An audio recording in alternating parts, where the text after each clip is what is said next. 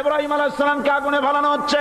হযরত জিবরাইল বলেন, ইব্রাহিম তোমাকে আগুনের ভিতরে ফেলানো হতেছে, আমার কাছে সাহায্য চাও, আমি তোমারে বাঁচায় দেব।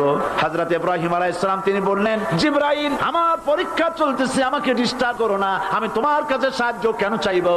আমি তো এমন কোন অন্ধ আল্লাহর ইবাদত করি না যিনি তার বান্দার দুঃখ দুর্দশা নিজের চোখে না দেখেন। পরীক্ষা পাস করছে না? হযরত ইব্রাহিম বলেন, শোনো জিবরাইল, আমি যদি আগুনের ভিতরে পড়ে যাই আর আগুনে পুড়ে যদি ভস্ম হয়ে যায়, আমার আল্লাহ যদি এতে খুশি হন, তাহলে আমি আমার রব্বুল আলামিনকে খুশি করার জন্য এভাবে 1000 বার ফুটতে আমি রাজি আছি।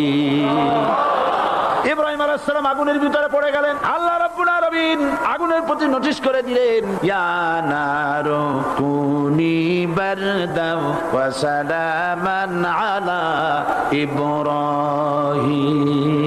আগুন আমার ইব্রাহিমের জন্য শান্তিদায়ক, ঠান্ডা হয়ে যা।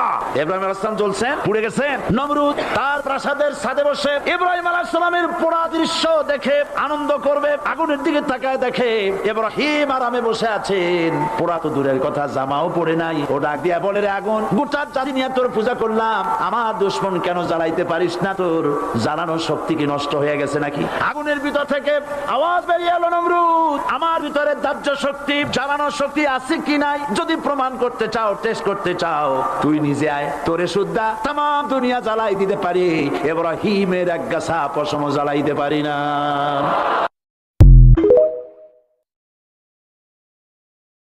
ইব্রাহিম আলাইহিস সালামকে আগুনে ফেলানো হচ্ছে। হযরত জিবরাইল বলেন, ইব্রাহিম তোমাকে আগুনের ভিতরে ফেলানো হতেছে, আমার কাছে সাহায্য চাও, আমি তোমারে বাঁচায় দেব। হযরত ইব্রাহিম